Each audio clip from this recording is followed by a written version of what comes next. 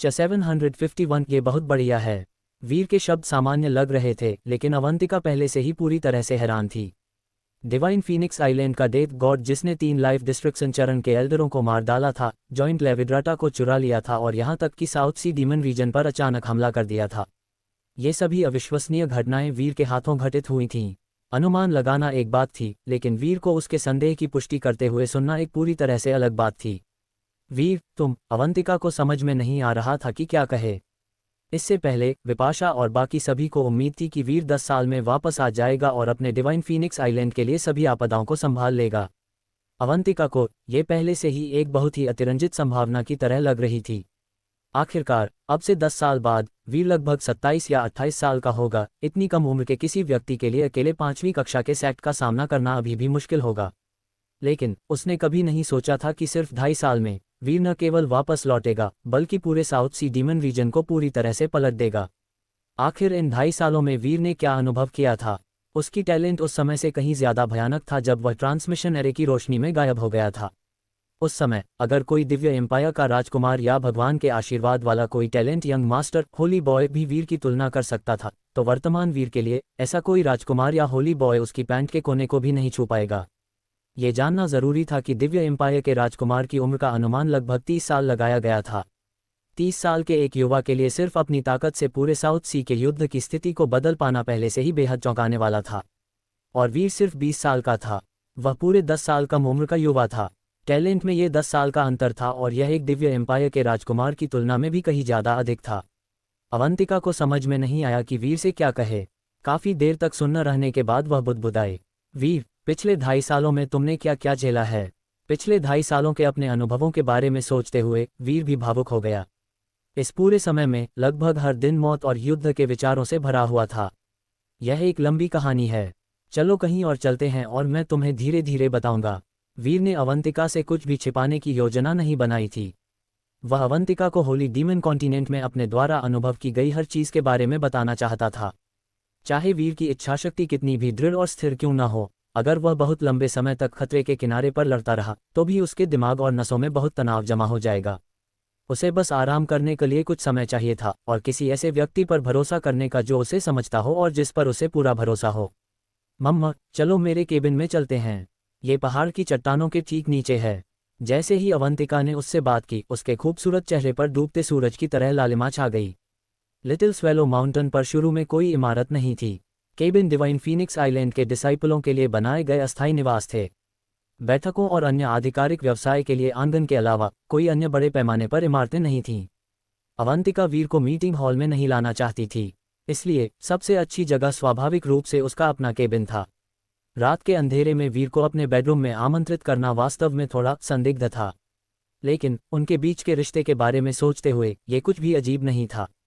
एक fighting master जो हमेशा अपने दिल और उद्देश्यों के अनुसार काम करता था, बस दूसरों की गपशप की परवाह नहीं करता था। राजा की तरह अवंतिका भी शांत हो गई और खुद पर बहुत अधिक आश्वस्त हो गई।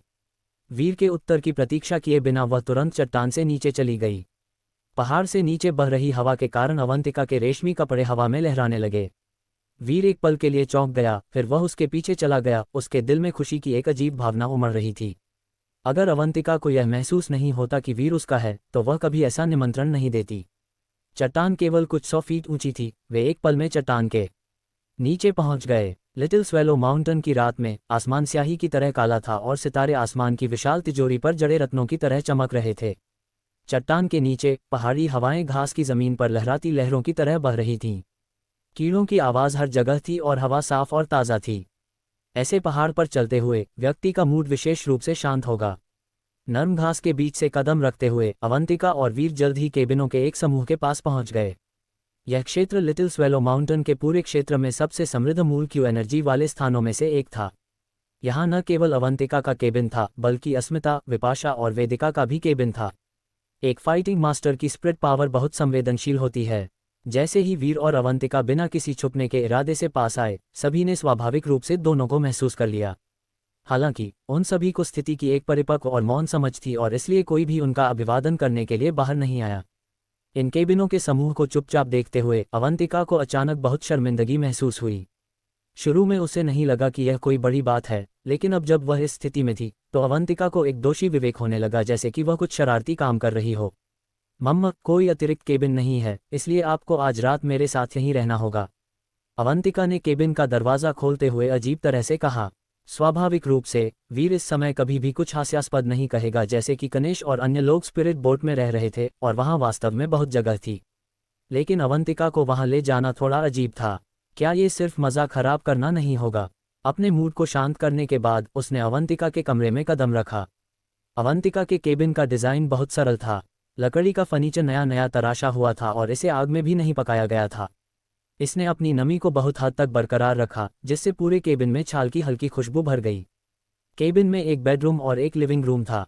लिविंग रूम में एक साधारण खुली किताबी अलमारी थी और इस किताबी अलमारी पर कई तरह की जेड स्लिप और दर्जनों पुरानी दिखने वाली किताबें थीं। उसके बेडरूम में एक बड़ा लकड़ी का बिस्तर था। बिस्तर के किनारे गमलों का एक छोटा सा सेट था और गमलों के इस सेट में एक छोटी लकड़ी का डिब्बा था जिसमें एक वर्मिलियन बर्ड फ्लावर खिल रहा था। सच में, एक फाइटिंग मास्टर के हर तरह के जरूरी सामान को उनकी स्टोरेज रिंग्स में रखा जा सकता है। इस कमरे में जो कुछ भी रखा गया था वह सजावट के लिए था। क्या ये बहुत सरल है? अवंतिका ने झिझकते हुए पूछा। ये पहली बार था जब कोई पुरुष उसके कमरे में आया था। जब वे दोनों डिवाइन फीनिक्स आइलैंड पर रुके थे तब भी वीर ने पहले कभी उसके कमरे में प्रवेश नहीं किया था। ये घबराहट का एहसास थोड़ा अजीब था। ये बहुत बढ़िया है, वीर ने हल्के से कहा, अजीब माहौल को महसूस करते हुए। मुझे बताओ कि पिछले 2.5 सालों में तुम क्या क्या झेल चुके हो। मैं सुनना चाहता हूँ। अवंतिका ने वीर का हाथ खींचा और वे दोनों उसके बिस्तर पर एक साथ बैठ गए। उसने अपनी थोड़ी उठाई, उसकी चमकीली आंखें वीर को घूर रही थीं, ठीक वैसे ही जैसे एक छोटी लड़की सोने से पहले कहानियां सुनने के लिए उत्सुक हो। ठीक है। इस प्रकार वीर ने अपनी कहानी तब से शुरू की जब उसने डीमन एम्परर इंपीरियल पैलेस को छोड़ा था। उसने उस बिंदु से शुरू किया जब उसने होली डीमन कॉन्टिनेंट की ओर ले जाने वाली ट्रांसमिशन एरे फॉर्मेशन पर कदम रखा था। उसने उसे होली डीमन कॉन्टिनेंट की जातियों, रीति रिवाजों और प्रभावों के बारे में वह सब कुछ बताया जो वह जानता था। उसने बताया कि जब वह चार्मिंग क्लाउड लैंड में गंभीर रूप से घायल हो गया था और अपनी ताकत खो देने के कारण उसे गुलामी में रहना पड़ा था। फिर उसने ब्लड स्लॉटर लैंड की यात्रा की और पेलियोसा स्काईफॉल टॉवर पर कदम रखा। वहां से उसने दूसरी मंजिल पर एक घातक लड़ाई में पिनाक का मुकाबला किया, तीसरी मंजिल पर कदम रखा और फिर किंग्स केज में प्रवेश किया जहां उसे हाई लॉर्ड हसन की साजिश का सामना करना पड़ा। इसके बाद उसने लगातार होली डीमन 7 स्टॉर्स के 3 महान फाइटिंग मास्टरों को हराया और फिर अपने हाथों से हाई लॉर्ड हियन को मार डाला। अपनी प्रसिद्धि में तेजी से वृद्धि के साथ इतने सारे उतार चढ़ाव के बाद उन्हें पेलियोसा टॉवर मास्टर द्वारा उसके भीतर एक स्लेव सील लगाने का सामना करना पड़ा। पेलियोसा टॉवर मास्टर को धोखे में रखकर वह पाथ ऑफ एम्परर में प्रवेश करने और अपनी खुद की फाइटिंग सोल को समझने में कामयाब रहा। अंत में वह इटर्नल डीमन हेल में घुस गया, एक ब्लड डीमन बोन को प्राप्त कर लिया और फिर 1000 मील के निषिद्ध क्षेत्र में भटकने के लिए मजबूर हो गया। वहां उसने एक डार्क गोल्ड डिवाइन फ्रूट उठाया, 100,000 साल पुरानी देवी की लाश की खोज की और फिर शक्तिवीर स्तर तक पहुंचकर उसने पेलियोसा टॉवर मास्टर को मार डाला। डेमन शाइन और मैजिकल पिरामिड से संबंधित मामलों के अलावा वीर ने और कुछ भी नहीं छिपाया। उसने सब कुछ सच सच बता दिया। हालांकि अवंतिका जानती थी कि वीर इन 2.5 सालों में कई मुश्किलों और परेशानियों से गुजरेगा, लेकिन उसने कभी नहीं सोचा था कि वह इतने सारे जीवन और मौत के खतरों से गुजरेगा। वीर के उसके बगल में सुरक्षित और स्वस्थ बैठे होने के बावजूद जब अवंतिका उसे उन सभी खतरनाक स्थितियों और मुश्किलों के बारे में बताते हुए सुन रही थी तो उसे लगा कि उसका दिल उसकी छाती में कस गया है। लेकिन जब उसने सुना कि कैसे उसने दिनों को पार किया, खतरे को सुरक्षा में बदल दिया और स्थिति को पलट दिया, तो उसे उसके लिए खुशी भी हुई, एक ऐसी खुशी जो उसके दिल की गहराई से आई थी। वीर के बोलने के बाद चूंकि अवंतिका की भावनाएं कई बार ऊपर नीचे हुई थीं, उसका चेहरा लाल हो गया था। वह धीरे धीरे वीर की बाहों में गिर गई। दोनों ने एक दूसरे को सहारा दिया और चूमा। उनमें से प्रत्येक ने एक दूसरे के गर्म तापमान को महसूस किया, धीरे धीरे एक दूसरे की त्वचा को सहलाया।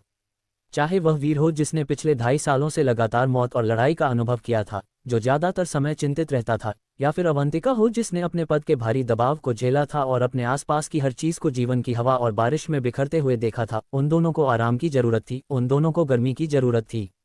एक गर्म और सुगंधित शरीर को अपने सीने से दबाए हुए वीर की पूरी इंद्रियां एक नाजुक खुशबू से भर गईं। वीर को लगा जैसे उसने पूरी दुनिया को गले लगा लिया हो। उसके पेट में तितलियां उड़ाने वाली इस मादक भावना ने उसके दिल को धड़का दिया, यहाँ तक कि उसके दिल में वासना और इच्छा की लहर भी जल उठी, चुपचाप उबल रही थी। फाइटिंग आर्ट के इतने सालों के अभ्यास के बाद वीर अब वह नौसिखिया नहीं था जिसने कभी कार्लोवेनिया एकेडमी में प्रवेश किया था, जो उस ग्रीन प्लेटफॉर्म एरे पर जुनून के प्रवाह में अपना दिमाग खो बैठा था। इसके बजाय वह एक मास्टर था जो अपनी भावनाओं को नियंत्रित करने में सक्षम था। उसके विचार उबल उठे और उसकी आंखों में एक रोशनी चमक उठी। वह अपनी फाइटिंग सोल का उपयोग इस बढ़ती हुई इच्छा को काटने के लिए करना चाहता था। लेकिन फिर उसने इसके बारे में कुछ और सोचा। उसकी इच्छा की आग वास्तव में उसकी अपनी चेतना का विकास थी, एक आदमी के रूप में उसके विकास की एक स्वाभाविक प्रगति। वह इसे क्यों काटना चाहेगा? जब वह पहली बार थंडरक्रैश माउंटेन पर अवंतिका से मिला था, तब से लेकर जब अवंतिका ने डिवाइन फीनिक्स आइलैंड में उसका स्वागत किया था, अवंतिका ने हर कदम पर वीर की वास्तव में देखभाल की थी। जब उसने डिवाइन फीनिक्स मिस्टिक रीजन में प्रवेश किया तो ऐसा लगा कि वीर एक उभरता सितारा था जो अपने सफर ठोकर खा गया था, और अवंतिका उसके लिए उदासी और निराशा में गिर गई थी। डीमन एम्परर इंपीरियल पैलेस में वीर को भावना द्वारा शिकार किए जाने का सामना करना पड़ा। उसने उसे एस्केप सिंबल दिया था और उन दोनों ने जीवन और मृत्यु की शपथ ली थी। अंत में प्राचीन ट्रांसमिशन एरे से निकलने से पहले उन्होंने एक दूसरे से 10 साल बाद मिलने का वादा किया था। हर शर्त सफल रही थी। फिर वह स्वाभाविक रूप से जुनून के इस दौर को अपने तरीके से चलने देगा। वीर ने अपने दिल की इच्छा को थोड़ा दबाया और धीरे से कहा, अवंती, इन 2.5 सालों में तुम्हारे लिए कैसे रहे हैं? जब अवंतिका ने वीर को उसे अवंती कहते सुना तो उसका दिल धड़क उठा। उसे नहीं पता था, लेकिन उसके नाम में ये छोटा सा बदलाव वास्तव में वीर का फैसला था। जब उसने इन 2.5 सालों के बारे में सोचा तो अवंतिका को थोड़ा दुख हुआ। वह एक पल के लिए झिझकी और फिर सच सच अपनी कहानी बयां कर दी।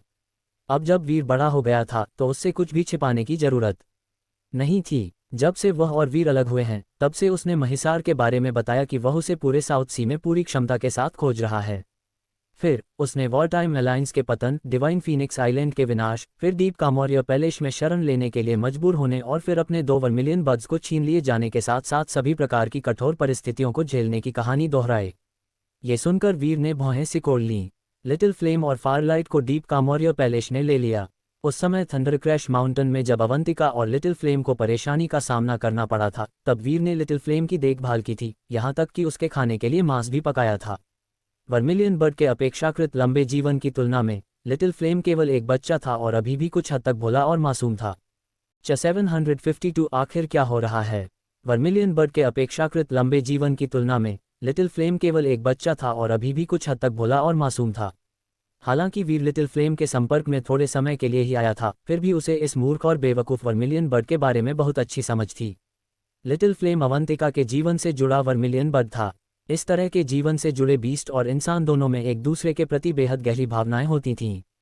और अब लिटिल फ्लेम को वास्तव में डीप कामोरिया पैलेस ने ले लिया था। वे वर्मिलियन बर्ड्स के साथ क्या करने की योजना बना रहे हैं? वीर ने थोड़ा क्रोधित होकर कहा। अवंतिका की बातें सुनकर डीप कामोरिया पैलेस स्पष्ट रूप से डिवाइन फीनिक्स आइलैंड का फायदा उठा रहा था, जबकि वे पीड़ित थे, इतनी अपमानजनक कीमत की मांग कर रहे थे। वे न केवल 2 वर्मिलियन बर्ड्स चाहते थे, बल्कि वे डिवाइन फीनिक्स आइलैंड की गुप्त टेक्निकों की भी इच्छा रखते थे, और यहाँ तक कि उनके मन में डिवाइन फीनिक्स आइलैंड पर धीरे धीरे कब्जा जमाना भी था। वीर की बात सुनकर अवंतिका की आंखों में उदासी की एक झलक दिखाई दी। उसने कहा, वे वर्मिलियन बर्ड्स चाहते हैं ताकि उनका ब्लड एसेंस निकाल सकें और इसे डीप कामोरिया पैलेस के पुरुष डिसाइपलों के शरीर में प्रत्यारोपित कर सकें। वर्मिलियन बर्ड्स के बाद वे ब्लू लुवान चाहते हैं ताकि उसका ब्लड एसेंस उनकी महिला डिसाइपलों में प्रत्यारोपित किया जा सके। इन दिनों हमें लगभग बातचीत करनी पड़ती है कि हमें डीप कामोरिया पैलेस को क्या कीमत चुकानी होगी, क्योंकि हमारे पास कोई और विकल्प नहीं है, इसलिए हमें लगातार झुकना पड़ता है। फिर भी जब हम 1 इंच का भी प्रस्ताव रखते हैं तो वे 1 गज लेना चाहते हैं। डिवाइन फीनिक्स आइलैंड ने डीप कामोरिया पैलेस में शरण लेने से पहले उन्होंने अभी तक संसाधनों और गुप्त टेक्निक के बारे में सौदेबाजी की बातचीत नहीं की थी। इस तरह की बातचीत दोनों सेक्टों के लिए महत्वपूर्ण रुचि की थी और इनका निर्णय अक्सर अलग अलग बैठकों के जरिए तय किया जाता था। यहाँ तक कि पूरे 1 साल तक बातचीत करना भी अजीब नहीं होगा। इन पिछले महीनों में डीप कामोरिया पैलेस ने पहले ही 20 से अधिक बार डिवाइन फीनिक्स आइलैंड के साथ बातचीत की थी, बार बार विवरणों की जांच की। आमतौर पर डिवाइन फीनिक्स आइलैंड को बढ़ते नुकसान का सामना करना पड़ा। क्योंकि वे कमजोर थे, उनके पास बातचीत में इन अपमानों को सहने के अलावा कोई विकल्प नहीं था। वीर ने मुंह बिचकाया। तो ये था, डीप कामोरिया पैलेस के पास अब 2 वर्मिलियन बर्ड थे। एक वर्मिलियन बर्ड का ब्लड एसेंस अत्यंत कीमती था। ये कहना अतिशयोक्ति नहीं होगी कि इस ब्लड एसेंस की 1 या 2 बूंदें कुछ पर्याप्त टैलेंट और गुप्त टेक्निकों के साथ मिलकर डिवाइन फीनिक्स आइलैंड के एक डिसाइपल को शक्तिवीर स्तर तक प्रशिक्षित करने में सक्षम होगा। यह इस वर्मिलियन बर्ड के ब्लड एसेंस की वजह से था कि वीर मानिका को मौत के मुंह से वापस खींचने में सक्षम था। ब्लड एसेंस अतुलनीय रूप से कीमती था, चाहे वह फाइटिंग मास्टर या लेजेंडरी बीस्ट के लिए हो।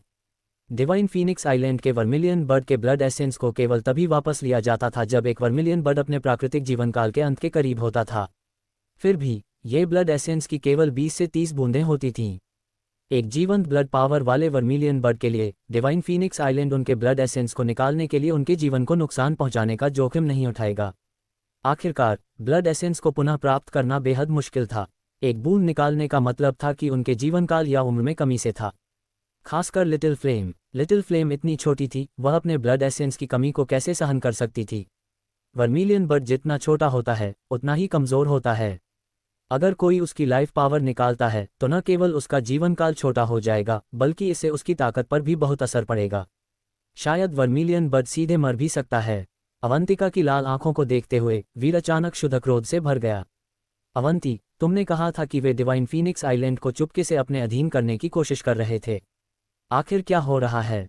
अवंतिका ने आह भरी। उसने कहा, दीप का मौर्य पैलेस की कल्टीवेशन मेथड पानी और आग जैसे तत्वों की ऊर्जा पर केंद्रित है। ये दोनों तत्व एक दूसरे के पूरक हैं।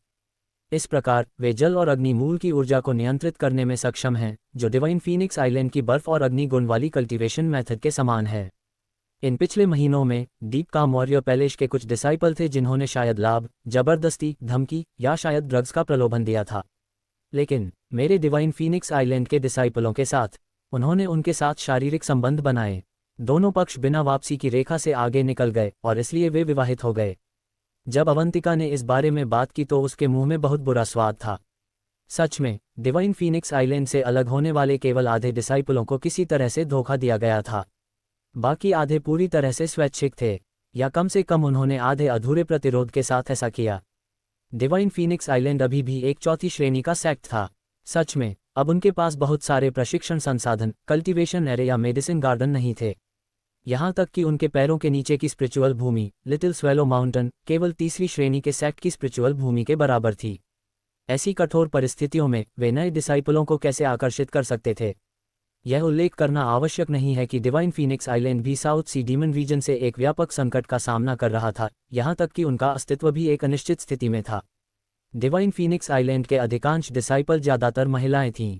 भले ही वे फाइटिंग मास्टर थी, फिर भी वे स्वाभाविक रूप से कोमल हृदय वाली थीं। उन्हें दूसरों द्वारा संरक्षित महसूस करने की आवश्यकता थी। एक ऐसी स्थिति में बेसहारा आवारा लोगों की तरह विस्थापित तरीके से इधर उधर भटकना जहां मौत उनके करीब मंडरा रही थी, उनके लिए पुरुषों की मीठी बातों और मधुर शब्दों से प्रभावित होना बहुत आसान था। प्यार के पहले स्पर्श से लेकर बिस्तर पर जाने तक वे अंततः भ्रमित हो गईं कि वे क्या चाहती हैं और विवाह कर लिया। इस प्रकार इन पिछले महीनों में डिवाइन फीनिक्स आइलैंड की कई महिला डिसाइपलों ने बार बार अपनी मौलिक ऊर्जा को खो दिया। उनमें से कुछ गर्भवती भी थीं। एक बार जब वे शादी कर लेती तो वे स्वाभाविक रूप से अपने संपर्कों के साथ दीप का मौर्य पैलेस में रहतीं। एक कारण ये था कि दीप का मौर्य पैलेस बहुत मजबूत था। दूसरा कारण ये था कि चाहे वह उनके अभ्यास के संसाधन हो या स्पिरिचुअल भूमि, सब कुछ उच्च श्रेणी का था, यहाँ तक कि डिवाइन फीनिक्स आइलैंड के चरम पर होने से भी बेहतर। अगर यह जारी रहा तो डिवाइन फीनिक्स आइलैंड जल्द ही खोखला हो जाएगा। और सबसे परेशान करने वाली समस्या ये थी कि दीप का मौर्य पैलेस के पुरुष डिसाइपलों ने सबसे असाधारण और सुंदर महिलाओं को चुना। वे उन लड़कियों पर विचार नहीं करते थे जो कम भाग्यशाली थीं या शायद उनके साथ सो भी सकती थीं और फिर बाद में उन्हें छोड़ भी सकती थीं। अवंतिका, आपने कहा कि वे ड्रग्स का इस्तेमाल करती थीं। वीर की आवाज़ बेहद ठंडी हो गई। 2 लोग थे जो ड्रग्स का इस्तेमाल करते थे। हमने इसकी जांच की और अनुरोध किया कि उन 2 बदमाशों को दंडित किया जाए। लेकिन मुझे नहीं पता कि दीप का मौर्य पैलेस ने बाद में उनके साथ क्या किया। जहां तक उन 2 लड़कियों का सवाल है जिन्होंने पीड़ित थीं, उन्होंने आगे कोई प्रयास नहीं किया और इसके बजाय अपनी किस्मत को स्वीकार कर लिया। जैसे ही अवंतिका ने यहाँ बात की, उसने एक गहरी सांस ली। उसे याद आया कि इस मामले से निपटने के लिए हितांश जिम्मेदार था और फिर उसका दिल घृणा से भर गया। उसने घृणा से कहा, दीप का मौर्य पैलेस के लिटिल पैलेस मास्टर हितांश का मेरी छोटी बहन को बहकाने का इरादा है। वह उससे शादी करना चाहता है। इसके अलावा पैलेस मास्टर्स ने पहले ही आधिकारिक तौर पर इस मामले को माननीय सेक्ट मास्टर के सामने उठाया है। हालांकि उन्हें मना कर दिया गया था, लेकिन भविष्य के दिन लंबे हैं। यह अभी भी संभव है कि कोई दुर्घटना हो जाए। अवंतिका अपनी छोटी बहन के लिए बहुत चिंतित थी। यही कारण है कि उसने वीर को इस मामले की जानकारी देने से पहले एक पल के लिए सोचा। उसने यह नहीं बताया कि हितांश से भी उसे नज़र से देखता था, लेकिन उसकी बहन के साथ मामला वीर को गुस्से से पागल करने के लिए पर्याप्त था। डिवाइन फीनिक्स आइलैंड की फिनो बहनों के साथ संबंध बनाने वाला पहला व्यक्ति उनकी शुद्ध लेजेंडरी बीस्ट ब्लडलाइन को प्राप्त करने में सक्षम होगा। हितांश के लिए यह एक अविश्वसनीय रूप से अच्छी योजना थी। वीर ने कहा, कल सुबह मैं तुम्हारे साथ दीपिका मौर्य पैलेस की चोटी पर जाऊंगा। मैं व्यक्तिगत रूप से देखना चाहता हूं कि दीपिका मौर्य पैलेस का लिटिल पैलेस मास्टर कैसा व्यक्ति है। वीर की आवाज़ में एक दबंग लहजा था जो ऐसा लग रहा था मानो वह दूसरों की नियति बदल सकता है। यह उसकी अपनी ताकत पर पूर्ण विश्वास से आया था। वीर भले ही महिसार का मुकाबला न कर सके, लेकिन इस दीपिका मौर्य पैलेस के सामने वह उनसे बिल्कुल भी नहीं डरता था। इस निर्विवाद आभा ने अवंतिका के दिल को गर्म कर दिया। हालांकि उसे इस बात की परवाह नहीं थी कि वीर कितना मजबूत है, लेकिन कौन सी लड़की यह उम्मीद नहीं करेगी कि जिससे वह प्यार करती है उसके पास असाधारण ताकत होगी जो उसे दुनिया की खतरों और समस्याओं से बचा सके। उन दोनों ने फिर से बात नहीं की। वे रुक गए, एक दूसरे को पकड़े हुए और इस कोमल पल का आनंद लेते हुए जैसे रात बिना शब्दों के गुजर गई। सुबह सुबह वीर और अवंतिका बिस्तर से जल्दी उठ गए। बाहर चमकीला सूरज उग रहा था और घास नई ओस से भरी हुई थी। हवा ताज़ी थी जैसे कि अभी अभी फिल्टर हुई हो। वीर ने दरवाज़ा खोला और बाहर चला गया। कुछ ही दूरी पर उसे 2 पुरुषों और एक महिला खड़े देखा। उन तीनों का स्वभाव अद्भुत था। एक नीली पोशाक वाली महिला वीर को देख रही थी, उसके होठों पर हल्की सी मुस्कान थी और उसकी आंखों में हास्य झलक रहा था। ये छोटी लड़की समाइरा थी। उसने मुस्कुराते हुए अपनी जीभ चटकाई और कहा, भाई वीर, क्या आप कल रात खुश थे? इन शब्दों में स्पष्ट प्रश्न सुनकर उसके चेहरे पर एक अजीब सी लाली छा गई। वह इस समय समाइरा के साथ मजाक नहीं करना चाहता था, इसलिए उसने इस प्रश्न को अनदेखा कर दिया। समाइरा ने अपनी जीभ बाहर निकाली, पहले की तरह शैतानी मुस्कान के साथ। भाई लीक, क्या ये वह सेक्ट है जिसमें तुम पले बड़े हो? Divine Phoenix island. समाइरा के बगल में गणेश ने यह प्रश्न पूछा। सूर्योदय से पहले वह पहले से ही डिवाइन फीनिक्स आइलैंड की जांच कर चुका था और उनकी स्थिति का अनुमान लगाने में सक्षम था। उसे पहले से ही उम्मीद थी कि डिवाइन फीनिक्स आइलैंड कोई महान सेक्ट नहीं था, अन्यथा वे साउथ सी डीमन रीजन द्वारा नष्ट नहीं होते। लेकिन जब उसने उनकी वर्तमान स्थिति देखी तो वह वास्तव में ये सोचने से खुद को रोक नहीं पाया कि वे बेहद खराब परिस्थितियों में थे। पूरे सेक्ट में सिर्फ 1000 से ज्यादा लोग थे, सिर्फ 10 शक्तिवीर मास्टर और सिर्फ 2 लाइफ डिस्ट्रक्शन के प्रथम चरण वाले फाइटिंग मास्टर थे। इन दोनों में से एक ने पहले ही अपने लाइफ ओरिजिन को क्षतिग्रस्त कर दिया था, उसके पास ज्यादा फाइटिंग पावर नहीं बची थी। यह अस्थायी भूमि सिर्फ तीसरी श्रेणी की स्पिरिचुअल भूमि थी। होली डीमन कॉन्टिनेंट के भीतर ये सिर्फ एक छोटा और मुख्य शक्ति से कई मील दूर का सेक्ट होगा। इसमें मेडिसिन गार्डन भी नहीं था। इसे देखना वाकई बहुत मुश्किल था। आखिर इस तरह का सेक्ट वीर जैसे मॉन्स्टर को कैसे पाल सकता है? चाहे वह गणेश हो या मीवन, दोनों में से कोई भी इसे समझ नहीं पाया। मम्मा, वीर ने सिर हिलाया। यह उसका सेक्ट था। वीर को कार्लोवेनिया वैली सेक्ट से ज्यादा लगाव नहीं था, लेकिन डिवाइन फीनिक्स आइलैंड के बारे में वह वास्तव में उन्हें अपना दूसरा परिवार मानता था।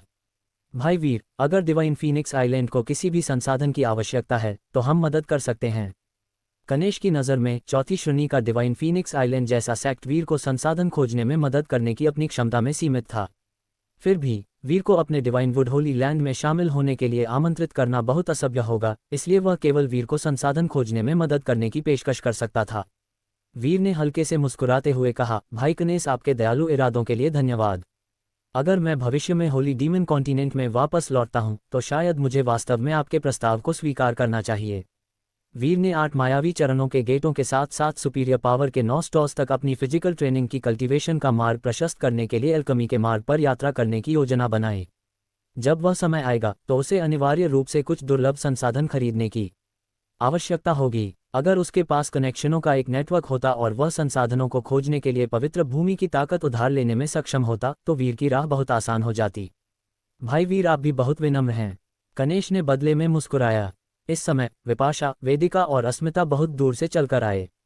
वीर कल अवंतिका से मिलने के लिए बहुत उत्सुक था, इसलिए उसने विपाशा और बाकी लोगों को जल्दी से नमस्ते किया था। उनके पास ठीक से नमस्ते करने का भी समय नहीं था। आज विपाशा वीर से कुछ और बात करना चाहती थी, लेकिन जब उसने गणेश, मीवन और समाइरा को देखा तो वह चौंक गई। ये तीनों इंसान नहीं लग रहे थे। वे किस जाति के थे? वे कहाँ से आए थे? विपाशा ने एक पल के लिए हिचकिचाहट दिखाई और फिर वीर के लिए स्पिरिचुअल एनर्जी की ध्वनि भेजा, वीर, क्या ये तीनों तुम्हारे दोस्त हैं? वीर ने सिर हिलाया। इसमें कोई संदेह नहीं कि इन तीनों का बैकग्राउंड और उनके पीछे की कहानियां बहुत अच्छी थीं। विपाशा ने आगे कुछ नहीं पूछा। वह वीर से पूछना चाहती थी कि पिछले 2.5 सालों में उसने किस तरह के एडवेंचर का अनुभव किया है और वह इतनी जल्दी शक्तिवीर स्तर तक कैसे पहुंच गया। लेकिन इस समय एक स्प्रिट बोट उन सब के ऊपर से सीटी बजाती हुई आई और कुछ ही दूरी पर मीटिंग हॉल के कोर्टयार्ड आंगन में आ गई। 753 वे यहाँ क्या कर रहे थे? इस समय एक spirit boat divine Phoenix island के निवास स्थान के ऊपर से सीटी बजाती हुई आई और कुछ ही दूरी पर मीटिंग हॉल के कोर्टयार्ड आंगन में आ गई। जैसे ही विपाशा ने स्पिरिट बोट पर पानी और आग के जुड़वां प्रतीक देखे, वह अचानक मुंह बनाकर खड़ी हो गई। ये डीप कामोरिया पैलेस की स्पिरिट बोट थी। स्वाभाविक रूप से वे मामले पर बातचीत करने के लिए लिटिल स्वेलो माउंटेन आए होंगे। उसने स्पिरिचुअल एनर्जी ध्वनि संचार के साथ वीर से कहा, वीर, तुम यहीं रुको। हमें तुम्हारी सुरक्षित वापसी के बारे में बिल्कुल चुप रहना चाहिए और किसी को नहीं बताना चाहिए, अन्यथा दूसरे तुम्हारे साथ कुछ कर सकते हैं। विपाशा और वेदिका की नज़र में वीर डिवाइन फीनिक्स आइलैंड का अंतिम गुप्त हथियार था। कल वीर जल्दी में था, इसलिए उन्होंने एक दूसरे को वास्तव में अभिवादन भी नहीं किया, बहुत कम गहराई से बातचीत की। इस प्रकार उनका मानना था कि साउथ सी डीमन रीजन को अभी तक वीर की वापसी के बारे में पता नहीं चला है। ये जानना जरूरी था कि वीर ने एक बार डीमन एम्परर इंपीरियल पैलेस में महिसार की सभी योजनाओं को विफल कर दिया था, यहाँ तक कि उसकी उंगलियों के नीचे से निर्वाण ड्रैगन रूट को भी छीन लिया था। अगर महिसार को पता चल जाता कि वीर वापस आ गया है तो परिणाम की कल्पना की जा सकती है। यह जरूरी था कि वे वीर को तब तक प्रशिक्षित करें जब तक वह उस शक्ति तक विकसित न हो जाए जहां वह अकेले खड़ा होकर उनके लिए लड़ सके। तब तक उसे इतनी जल्दी हर किसी के सामने लाना बहुत बड़ी मूर्खता हो सकती थी। वीर ने कोई जवाब नहीं दिया। स्प्रिट बोट आधिकारिक व्यावसायिक प्रांगण से नीचे आकर थम गई। वीर, तुम वापस अंदर चले जाओ, वेदिका ने स्पिरिचुअल एनर्जी ध्वनि संचरण के साथ वीर से कहा। उसे डर था कि डीप कामोरिया पैलेस के फाइटिंग मास्टर्स वीर को पहचान लेंगे। हालांकि यह बहुत ही मामूली संभावना थी, लेकिन उसे सभी चीजों के लिए तैयार रहना था। जैसे ही उसने बोलना समाप्त किया, उसके पैर अपने आप उसे विपाशा के साथ स्प्रिट बोट की ओर ले गए। अस्मिता ने वीर को देखा और फिर वह भी उनके पीछे पीछे चली गई। कुछ समय के लिए केवल वीर, अवंतिका, कनेश, मीवन और समाइरा ही बचे थे। वीर की आंखें सिकुड़ गईं और वह डीप कामोरिया पैलेस की स्प्रिट बोट को घूर रहा था। जैसे ही उसकी नज़र पानी और आग के प्रतीक जुड़वां आत्मा नावों पर पड़ी, वह एक पल के लिए रुका और फिर बोला, अवंती, वह स्प्रिट बोट डीप कामोरिया पैलेस के संदेशवाहकों या वार्तालाप के कर्मचारियों की है। मम, अवंतिका ने सिर हिलाया। वीर, मुझे अचानक कुछ याद आया। जब हम डीमन एम्परर इंपीरियल पैलेस में गए तो वहां सिर्फ महिसार ही नहीं था, बल्कि महिष और ग्रेट बुद्धा टेम्पल के लीडर विस्मांत भी थे। उन तीनों के पास लाफई डिस्ट्रक्शन के तीसरे चरण तक की कल्टीवेशन थी। तुम्हारी वजह से उन्होंने एक निर्वाण ड्रैगन रूट को खो दिया। अगर तुम्हारे बचने की खबर फैलती है तो अगर तुमने उनका ध्यान आकर्षित किया तो ये तुम्हारे लिए बुरा होगा। शायद माननीय सेक्ट मास्टर की सलाह का पालन करना और फिलहाल अपनी ताकत को बचाना बुद्धिमानी हो सकती है। इन सभी पुराने ऋणों को चुकाने से पहले तुम्हें मजबूत बनने में देर नहीं लगेगी। इससे कोई फर्क नहीं पड़ता। वीर ने अपना सिर हिलाया। इतने लंबे समय के बाद महिष और विस्मांत को पहले ही अंदाजा हो जाना चाहिए था कि मैंने अब तक पूरा निर्वाण ड्रैगन रूट इस्तेमाल कर लिया है। हालांकि मेरी ताकत की अपनी सीमाएं हैं, लेकिन जॉइंट लेविड्राटा के साथ मेरे पास एक ऐसे सेक्ट को रोकने की ताकत है जिसके पास एक लाइफ डिस्ट्रक्शन के शीर्ष तीसरे चरण का योद्धा भी हो। जब तक महिष और विस्मांत अपने बहुत ज्यादा उत्तेजित नहीं हो जाते, तब तक कोई रास्ता नहीं है कि वे मेरे साथ कुछ करने की कोशिश करें। वीर की योजना बहुत सरल थी। अब जब वह वापस लौटा था तो उसका कोई इरादा नहीं था कि वह चुपचाप छुपकर कार्य करे, अन्यथा ये दूसरों को कमजोरी दिखाने जैसा ही होगा।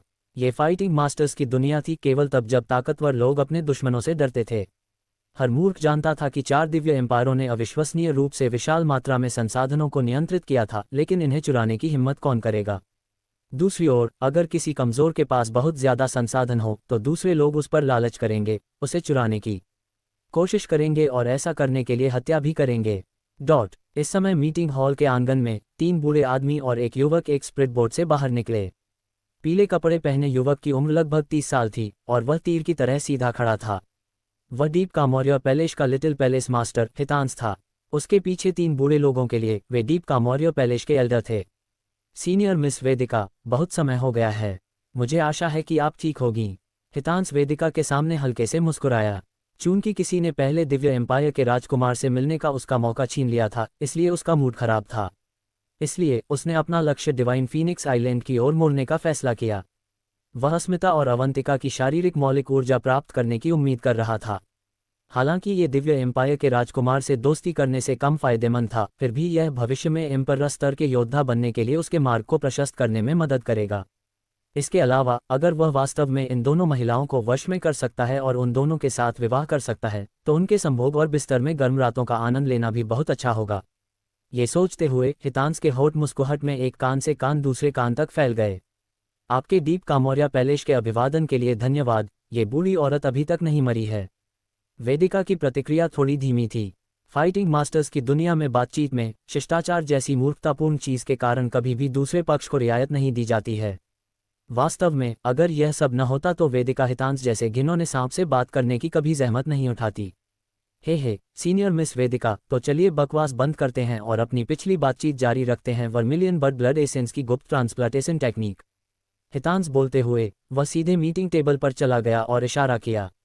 मैं इस बार इतनी ईमानदारी से यह उम्मीद करके आया हूं कि सीनियर मिस वेदिका को पता होगा कि कब इन्हें सही निर्णय लेना है। हितांश की आवाज़ चेतावनी से भरी थी। डिवाइन फीनिक्स आइलैंड ने जल्दबाजी में डीप कामोरिया पैलेस में शरण ले ली थी, यहाँ तक कि सभी प्रमुख विवरणों पर चर्चा करने का समय भी नहीं मिला। दोनों सेक्टों के इतने महत्वपूर्ण हितों के साथ स्वाभाविक रूप से बातचीत लंबे समय तक चलती रहेगी।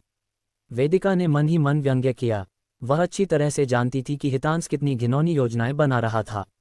वह जानती थी कि उसके द्वारा लगातार बाधाएं खड़ी करने का कारण न केवल डिवाइन फीनिक्स आइलैंड की गुप्त टेक्निक के लिए था, बल्कि इसलिए भी था क्योंकि वह फिनो बहनों के शरीर की इच्छा रखता था।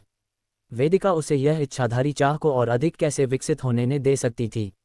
अगर यह कुछ दिन पहले की बात होती तो साउथ सी डीमन रीजन के पूर्ण खतरे के तहत, जहां वेदिका बहुत कमजोर स्थिति में थी, उसके पास डीप कामोरिया पैलेस से इस कठोर उत्पीड़न को सहने के अलावा कोई विकल्प नहीं होता। लेकिन अब दिव्य एम्पायर के राजकुमार और साउथ सी डीमन रीजन के इस अज्ञात कारक के साथ एक के बाद एक नुकसान झेलने के बाद वेदिका इतनी आसानी से हार मानने वाली नहीं थी। जब वह हितांश के साथ बहस करने के लिए बातचीत की मेज पर जाने वाली थी तो वह अचानक आंगन के प्रवेश द्वार की ओर देखने के लिए मुड़ी। उसने वहां 5 लोगों को खड़े देखा। वे वीर, अवंतिका, कनेश, समाइरा और मीवन थे। धिक्कार है, वे यहाँ क्या कर रहे थे? वेदिका का दिल धड़क उठा। वीर की वापसी डिवाइन फीनिक्स आइलैंड का सबसे बड़ा पूर्ण रहस्य था। एक बार यह खबर लीक हो गई तो परिणाम अकल्पनीय होंगे। केवल वेदिका ही नहीं बल्कि विपाशा भी बहुत चिंतित दिख रही थी।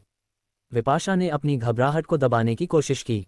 हालांकि हितांश ने वीर का चित्र नहीं देखा होगा, लेकिन उसकी उम्र उसकी कल्टीवेशन के साथ इतनी शानदार ढंग से विपरीत थी कि ध्यान नहीं गया। वह चिल्लाए, अवंती, तुम यहाँ क्यों आए हो? विपाशा हितांश का ध्यान भटकाने और वीर को जाने का मौका देने के लिए हर किसी का ध्यान अवंतिका पर ले जाने के बारे में सोच रही थी। लेकिन वर्तमान में अवंतिका के पास शब्द नहीं थे। हितांश ने वीर को घूर कर देखा। उसने ठंडे स्वर में कहा, तुम कौन हो? हितांश वास्तव में वीर को नहीं जानता था। वह इस चीज को लेकर निश्चिंत था कि जब डिवाइन फीनिक्स आइलैंड पहली बार डीप कामोरिया पैलेस में आया था तो उसने वीर को नहीं देखा था। अगर उसने देखा होता तो वह निश्चित रूप से उसे याद करता।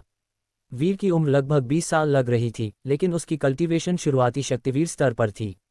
इतना ही नहीं बल्कि उसके शरीर के चारों ओर स्पिरिचुअल एनर्जी असाधारण रूप से घनी और भारी थी। वह स्पष्ट रूप से कोई साधारण शक्तिवीर मास्टर नहीं था। बेशक वह अपनी उम्र के शुरुआती तीसरे दशक में दिख सकता है, लेकिन उसकी उम्र वास्तव में 30 के करीब हो सकती है। आखिरकार एक फाइटिंग मास्टर बहुत धीमी गति से बूढ़ा होता है। 30 साल और 20 साल के बीच इतना बड़ा अंतर नहीं था उम्र के बारे में। चूंकि वह वीर की उम्र निर्धारित करने में सक्षम नहीं था, इसलिए उसके पास वीर के टैलेंट के स्तर का पता लगाने का कोई आधार नहीं था। लेकिन उसे कम से कम सेंट लेवल के टैलेंट के शिखर पर तो होना ही था। वीर ने हितांश का ध्यान सिर्फ उसके उच्च टैलेंट के कारण ही नहीं खींचा, बल्कि इससे भी ज्यादा महत्वपूर्ण कारण से। वह था कि अवंतिका वीर का हाथ थामे हुए थी। हितांश को लगा कि उसका दिल धीमा हो रहा है, जैसे ईर्ष्या की एक घनी रोशनी उसकी आंखों में घुस गई हो। वह स्पष्ट रूप से अवंतिका की स्थिति और दर्जे को जानता था। उसकी सिर्फ एक छोटी बहन थी और उसका कोई बड़ा या छोटा भाई नहीं था। तो इसका मतलब था कि वीर सिर्फ उसका प्रेमी हो सकता था। अवंतिका और अस्मिता की प्रेमपूर्ण भावनाएं कोई छोटी बात नहीं थीं। ऐसा इसलिए था क्योंकि जब वे पहली बार किसी और के साथ रात गुजारती तो वे अपनी आदिम मौलिक ऊर्जा का एक हिस्सा उस आदमी को दे सकती थीं। ये किसी लेडी सैंट के भीतर सैंट बीस्ट ब्लडलाइन को भी एक हद तक कमजोर कर देता था। लेकिन वेदिका और विपाशा को देखकर जाहिर है कि उन्होंने अवंतिका के इस आदमी के साथ रहने का विरोध नहीं किया। इसका मतलब था कि वे पहले से ही उनके मिलन के लिए सहमत थे। आखिर वह कौन था? अवंतिका उस आदमी से कितनी जुड़ी हुई लग रही थी, ये देखकर उसे डर लगा कि उसे अपनी पहली रात को गुजारने का अवसर उस आदमी को देने में कोई हिचक नहीं होगी। इससे हितांश के दिल में गहरा किलिंग इंटेंट उमड़ पड़ा। हालांकि वीर का टैलेंट अच्छा था, लेकिन हितांश उससे डरता नहीं था। हितांश पहले से ही 35 साल का था और वह अभी अभी अपर क्लास शक्तिवीर स्तर पर पहुंचा था। उसके बाद लाइफ डिस्ट्रक्शन के चरण थे। अगर वह 45 साल की उम्र से लाइफ डिस्ट्रक्शन के पहले चरण को पार कर लेता तो उसके स्टलिंग एम्परर बनने की संभावना उतनी ही अधिक होती। हालांकि वीर छोटा था, लेकिन उसकी कल्टीवेशन अभी भी उससे तो छोटे चरणों से कम थी। एक बार शक्तिवीर स्तर तक पहुंचने के बाद हर छोटे चरण के बीच का अंतर छोटा नहीं था। हितांश को वीर की फाइटिंग पावर की चिंता नहीं थी, केवल इस बात की चिंता थी कि उसका बैकग्राउंड कैसा था। इस तरह के टैलेंट वाला व्यक्ति कभी भी किसी सामान्य दर्जे के बैकग्राउंड से उत्पन्न नहीं हो सकता। जैसे ही हितांश ने वीर के पीछे दो सुंदर पुरुषों और सुंदर महिला को देखा, वह रुक गया। वे स्पष्ट रूप से मानव नहीं थे, लेकिन साथ ही वह पहचान नहीं पाया कि वे किस जाति के थे। इसके अलावा जो अजीब था वह यह था कि हितांश पूरी तरह से यह बताने में असमर्थ था कि उनकी कल्टीवेशन किस स्तर पर थी। ऐसा इसलिए था क्योंकि फ्यूराओं की कल्टीवेशन प्रणाली मानवों की कल्टीवेशन प्रणाली से अलग थी। तुम मेरे दीप कामोरिया पैलेस में घुसने की हिम्मत कैसे कर सकते हो? तुम कौन हो? हितांश वीर के बैकग्राउंड के बारे में जानना चाहता था। अगर वह 5वीं श्रेणी के सेक्ट से संबंधित होता तो वह उसके साथ कुछ नहीं करता, लेकिन अगर यह आदमी किसी छोटे सेक्ट से आता तो वह चुपचाप उसे मार देता। वीर ने व्यंग्य करते हुए कहा, मैं डिवाइन फीनिक्स आइलैंड का एक डिसाइपल हूँ जिसका उपनाम माही है। लिटिल स्वेलो माउंटेन को पहले से ही मेरे डिवाइन फीनिक्स आइलैंड के निवास के रूप में नामित किया गया है। मेरे यहाँ होने में क्या अजीब बात है? वीर को खुद को उपनाम माही वाले व्यक्ति के रूप में संदर्भित करने से नहीं चूकते हुए सुनकर विपाशा और वेदिका चिंतित हो गईं। वीर के भयानक टैलेंट के साथ साथ उसका यह विस्फोटक उपनाम, उसके बारे में हितांश को जल्द या बाद में पता चल ही जाएगा। विपाशा ने बार बार स्पिरिचुअल एनर्जी ध्वनि संचारण भेजे, लेकिन उससे कोई प्रतिक्रिया नहीं मिल सकी। अस्मिता ने भी वीर को देखते हुए भौहें से कुढ़ी। उसे यकीन नहीं था कि वह क्या करने की योजना बना रहा था। ये लड़का वास्तव में डिवाइन फीनिक्स आइलैंड का डिसाइपल था। वीर को देखते ही हितांश ने अपनी आंखें सिकोड़ लीं। वह डिवाइन फीनिक्स आइलैंड के इतिहास को बहुत अधिक नहीं समझता था, इसलिए उसने अस्थायी रूप से इस माही उपनाम के व्यक्ति को उस वीर के साथ नहीं जोड़ा। उसे केवल यह अजीब लगा कि डिवाइन फीनिक्स आइलैंड में अभी भी इस तरह की टैलेंट वाला व्यक्ति शेष था। फिर भी चूंकि वह डिवाइन फीनिक्स आइलैंड का डिसाइपल था, इसलिए चिंता की कोई बात नहीं थी। वह वीर को दंडित करने का बहाना खोजने के बारे में सोचने लगा और फिर उसने चुपचाप उसे बिस्तर पर एक पुरुष के रूप में कार्य करने की उसकी क्षमताओं को नष्ट करने के लिए कुछ दवाई देने के बारे में अनुमान लगाया, जिससे अवंतिका की मौलिक ऊर्जा को छीनने का उसका मौका खत्म हो गया। लेकिन फिर इस पल वीर ने अपना मुंह चौड़ा करके कुछ शानदार और आश्चर्यजनक शब्द बोले। 754 आखिर वीर ने यह हमला कैसे किया? लेकिन फिर इस पल वीर ने अपना मुंह चौड़ा करके कुछ शानदार और आश्चर्यजनक शब्द बोले। वीर ने कहा, तुम यहाँ हितांश नाम वाले हो, मैं आज तुम्हें बताने आया हूँ। हर तरह की बातचीत अब खत्म हो गई है। हमारे वर्मिलियन बड्स को तुरंत वापस कर दो। इसके अलावा अब तक लिए गए संसाधनों की भरपाई के लिए दीप कामोरिया पैलेस भी अपने क्षेत्र का आधा हिस्सा डिवाइन फीनिक्स आइलैंड के लिए एक अस्थायी निवास के रूप में विभाजित करेगा। इसमें कल्टीवेशन एरे, मेडिसियन गार्डन की आपूर्ति, स्पिरिचुअल एनर्जी स्टोन और अन्य सभी संसाधन शामिल हैं। हर किसी के दैनिक हिस्से का आधा हिस्सा डिवाइन फीनिक्स आइलैंड को भेंट के रूप में दिया जाना चाहिए। जब वीर ने बोलना समाप्त किया तो हितांश का जबड़ा खुला रह गया। उसे अपने कानों पर विश्वास ही नहीं हो रहा था। इस लड़के ने अभी क्या कहा था? ये केवल हितांश ही नहीं था, विपाशा और वेदिका भी हैरान रह गईं। यहाँ तक कि आमतौर पर भावहीन अस्मिता भी हैरान भाव से वीर को देख रही थी। वीर निश्चित रूप से ऐसा नहीं लग रहा था कि वह मजाक कर रहा था, इसलिए वह अवंतिका की ओर देखने के लिए मुड़ी। अवंतिका भी हैरान थी। उसने कभी नहीं सोचा था कि वीर अचानक इतनी ज्यादा शर्तें मांगेगा। ये दीप कामोरिया पैलेस से इनके अंक छीनने जैसा ही था। कनेस, मीवन और समायरा सभी को कुछ पता नहीं था। वे इसको लेकर बहुत ज्यादा परवाह नहीं करते थे। पवित्र भूमि के वंशज होने के नाते उन्हें स्वाभाविक रूप से 5वीं श्रेणी के छोटे सेक्ट के संसाधनों में कोई दिलचस्पी नहीं थी। ये कितना मूल्यवान हो सकता है? वीर ने 1000 मील के निषिद्ध क्षेत्र में जो भी अर्थ लेवल डीमन गॉड की हड्डियां प्राप्त की थी, उनमें से कोई भी एक 5वीं श्रेणी के सेक्ट के लिए 10 साल तक बेतहाशा धन खर्च करने के लिए पर्याप्त थी। कुछ सांसों के बाद हितांश अचानक हंसा। मुझे लगा कि तुम किसी तरह के प्रतिभाशाली व्यक्ति हो, लेकिन मैंने कभी नहीं सोचा था कि तुम इतने मूर्ख हो। तुम्हें लगा होगा कि ये बातचीत बहुत उबाऊ थी, इसलिए तुम मुझे हंसाने के लिए चिढ़ाना चाहते थे। हा, तुम न केवल सफल हुए बल्कि तुमने बहुत अच्छा काम भी किया। हितांश की अभिव्यक्ति फिर ठंडी हो गई। एल्डर्स, मेरे लिए उस लड़के को पकड़ो। हितांश के पीछे 3 काले कपड़े पहने हुए एल्डर थे। उनमें से 2 हाई क्लास शक्तिवीर चरण पर थे और एक लाइफ डिस्ट्रक्शन के पहले चरण पर था। वे एक दमनकारी समर्थन प्रदान करने के लिए आए थे। दीप कामोरियो पैलेस को बहुत प्रतिष्ठित बैकग्राउंड वाला 5वीं श्रेणी का सेक्ट नहीं माना जा सकता। वे अपने प्रत्येक एल्डर को लाइफ डिस्ट्रक्शन के चरणों में नहीं पहुंचा पाए थे। चूंकि उनके पास एल्डरों की कमी थी, इसलिए उनके अधिकांश एल्डर वास्तव में मिडिल क्लास या हाई क्लास शक्तिवीर चरण पर थे। हितांश खुद वीर से निपटने की जहमत नहीं उठा सकता था। अभी इसने जिन एल्डरों से बात की थी उन दोनों के पास हाई क्लास शक्तिवीर स्तर तक की कल्टीवेशन थी, जो वीर जैसे लोगों से निपटने के लिए पर्याप्त से अधिक थी। वीर ने लापरवाही से दोनों एल्डर्स पर अपनी नज़र घुमाए और हंसा। वह पहले से ही जानता था कि इस हितांश से बात करना बकवास का आदान प्रदान करने के समान था। आज वह उसे बर्बाद करने आया था। दोनों एल्डर्स वीर को बाएं और दाएं से घेरने के लिए आगे बढ़े। विपाशा और वेदिका के चेहरे बदल गए। वे अच्छी तरह से जानते थे कि वीर मूर्ख नहीं था, लेकिन इस स्थिति में वह क्या कर सकता था। भले ही वह असाधारण रूप से शक्तिशाली था, लेकिन अगर वह रैंकों में आगे निकल जाता और इन दो शक्तिवीर एल्डर्स को हरा देता तो क्या होता। क्या वह पूरे दीप कामोरियो पैलेस को अपना दुश्मन मान सकता है। इस समय समाइरा ने अपनी जीभ चटकाए और वह थोड़ी सी हंसी। उसकी हंसी चांदी की घंटियों की तरह मीठी थी।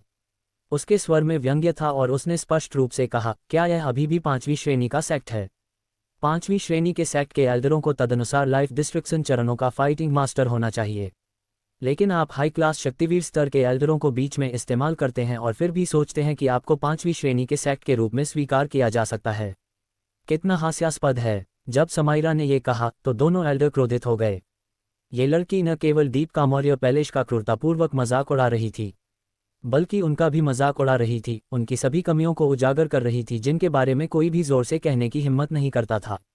समाइरा ने जो कहा वह वास्तव में दिल को पीड़ा देने वाला था। हालांकि दीप कामोरियो पैलेस को 5वीं श्रेणी के सेक्ट के रूप में जाना जाता था, लेकिन वास्तव में उनकी कई कमजोरियां थीं जिससे वे 5वीं श्रेणी के सेक्ट की परिभाषा को पूरा नहीं करते थे। छोटी लड़की, चूंकि तुम इतनी बुरी तरह से मरना चाहती हो, तो ये बूढ़ा आदमी तुम्हें दिखाएगा कि आसमान कितना ऊंचा है और धरती कितनी नीची है। पहले एल्डर समझ नहीं पाया कि समाइरा की कल्टीवेशन या जाति क्या थी। उसने मान लिया कि वह किसी सेक्ट की टैलेंटेड लड़की है और वह भोली भाली भी दिख रही है। शायद उसने पहले कभी अपना सेक्ट नहीं छोड़ा होगा। वह लड़की जो मानती है कि सिर्फ इसलिए कि उनका टैलेंट थोड़ा ऊंचा है, वह मूर्ख की तरह अपने कार्यों जो चाहे वह बोल सकती है। हाँ, तुम मुझे सच में हंसा हंसा कर मार दोगे। मैं यहीं खड़ी हूँ। अगर तुम मेरे 3 फीट के दायरे के भीतर आ सकते हो तो मैं तुम्हारी जीत मानूंगी। समाइरा ने कनेश को आंख मारी। वह शुरू से ही कभी विनम्र, अच्छी छोटी लड़की नहीं रही थी। उसके सामने इतना मज़ेदार अवसर होने के कारण वह निश्चित रूप से इसे खोना नहीं चाहेगी। कनेश अवाक रह गया। उसने सोचा कि समाइरा कार्रवाई करेगी, लेकिन उसने कभी नहीं सोचा था कि यह छोटी लड़की सब कुछ वापस उसकी ओर धकेल देगी। वास्तव में समाइरा की ताकत से वह इनमें से एक एल्डर को हराने में सक्षम होगी, लेकिन यह आसान नहीं होगा। वह घायल भी हो सकती है। अगर ऐसा है तो उसके लिए अपना उच्च व्यवहार बनाए रखना मुश्किल होगा। तुम बहुत घमंडी हो। दूसरे एल्डर, आप उस लड़के से निपटें और मैं उस छोटी लड़की को पकड़ लूंगा। पहले एल्डर ने गुस्से में कहा। ठीक है। दोनों एल्डर बाईं और दाईं ओर भागे। इस स्थिति का सामना करते हुए वीर ने अपना भाला भी नहीं निकाला। उसने अपनी पहली उंगली को हिलाया और अपनी फाइटिंग सोल को हवा में उड़ा दिया, उसे बाहर निकाल दिया। अगले ही पल दूसरे एल्डर ने अपने सामने केवल एक नीली रोशनी चमकती देखी। एक दबी हुई टक्कर की आवाज के साथ दूसरा एल्डर, जो उसकी ओर भागा था, अचानक गायब हो गया था। पहले एल्डर ने अपना सिर घुमाया और देखा कि उसके पीछे की दीवार में एक विशाल, मानव आकार का छेद बन गया था। दूसरे एल्डर के लिए वह आंगन की बाढ़ के ऊपर गिरा हुआ था, खून की उल्टी कर रहा था और उसके अंग एक मरे हुए कुत्ते की तरह बेजान होकर नीचे खून लटका रहे थे। पहले एल्डर ने अभी आधे रास्ता भी तय नहीं किया था कि वह अचानक अपने रास्ते पर रुक गया। उसने दूसरे एल्डर को खोजने की कोशिश की, जो पलक झपकते ही गायब हो गया था। अगले ही पल वह बाहरी आंगन की बाढ़ पर मांस के टुकड़े की तरह लटका हुआ दिखा। बड़ा मानव आकार का छेद अभी भी गिरती धूल से सरसराहट कर रहा था। दीवार को तोड़ते हुए दूर जाकर गिरे एल्डर के लिए उसका पूरा शरीर अनियंत्रित हो गया था। यह अज्ञात था वह बेहोश हुआ था या नहीं। पूरे बैठक स्थल पर सन्नाटा छा गया। विपाशा और वेदिका स्तब्ध रह गईं।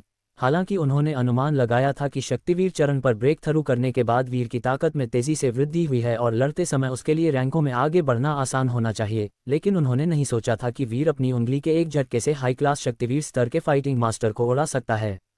यहाँ तक कि अवंतिका, जिसने वीर के बारे में पहले ही उसके मुंह से सुना था, वह भी हैरान थी। उसकी खूबसूरत आंखें चौड़ी और चमकीली थीं।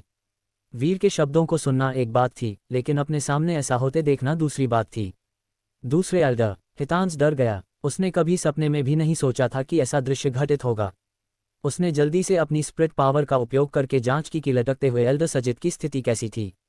उसकी शारीरिक स्पिरिचुअल एनर्जी बिखर गई थी और उसकी छाती के दाहिने हिस्से के पास की सभी हड्डियां भी टुकड़ों में टूट गई थीं। ये स्पष्ट था कि एल्डर सजिद को उसके दाहिने सीने पर एक जोरदार प्रहार लगा था।